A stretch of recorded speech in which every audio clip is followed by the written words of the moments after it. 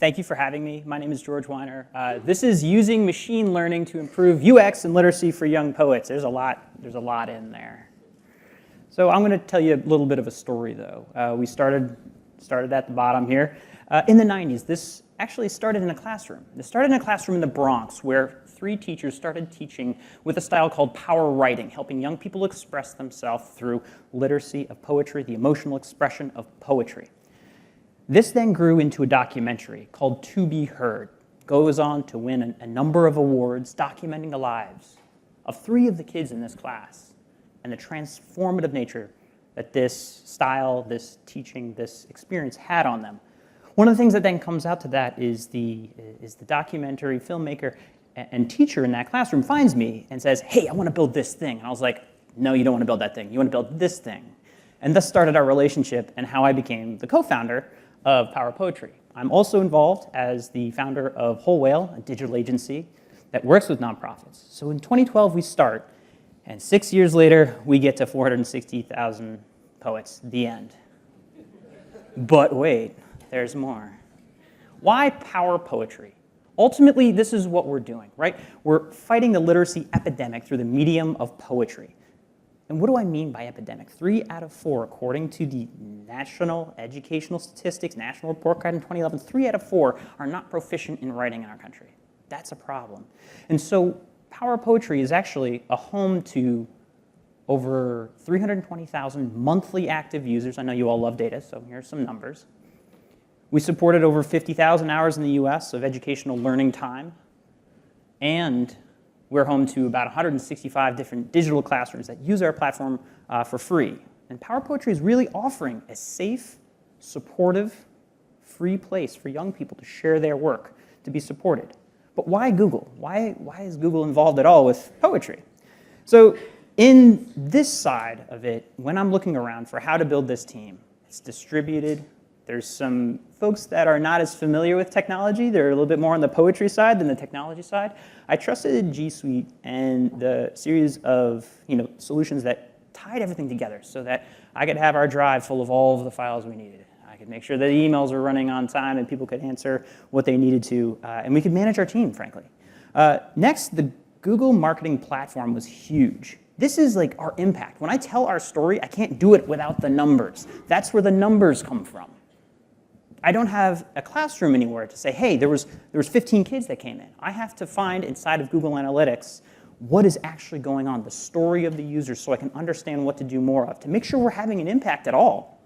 Also inside of here, I have to shout out to the Google for Nonprofit program and the Google Ad Grants out there, Search Console we're using, and also when we move into the Google Cloud Platform, the Data Solutions for Change group that helped us this summer with the next piece that I'm going to talk to you about, which is hosting cool ML stuff.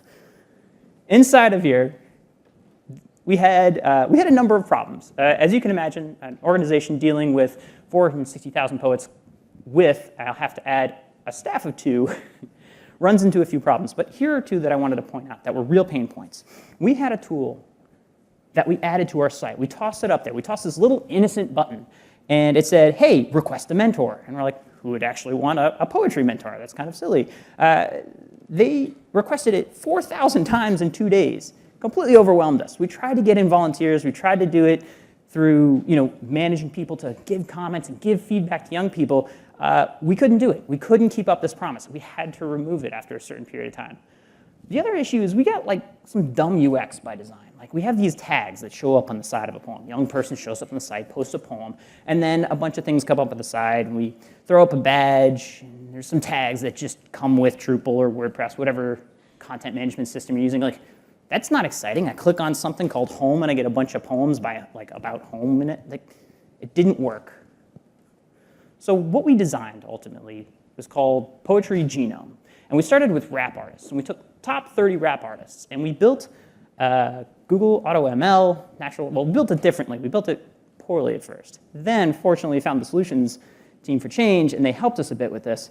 We built it such that we now score each poem based on the semantic relevance to the work of actual rappers. And we partnered with the American Academy of Poets, poets.org, to do the same thing for American poets.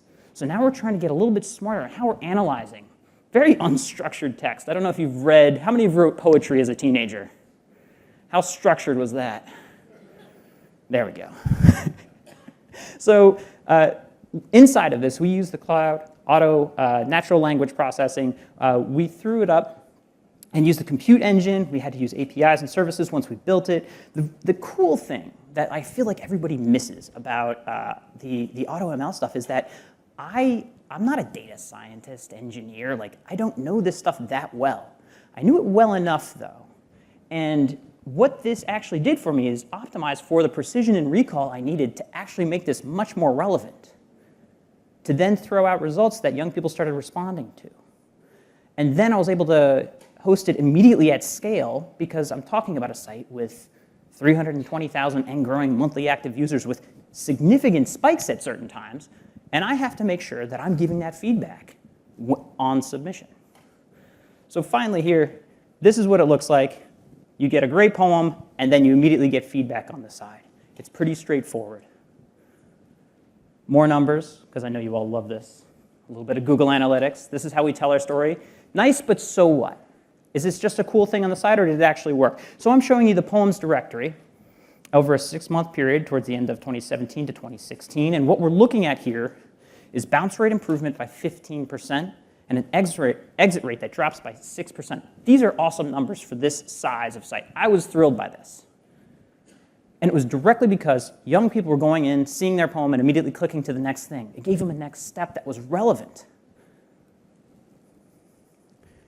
A final note, I'm not talking about, we actually also use YouTube and a number of other services, but our founder and poet and teacher, my co-founder, sadly passed away in 2016. And before he left, I put him to work on a final task, which was recording his insights on how to teach power writing to other teachers.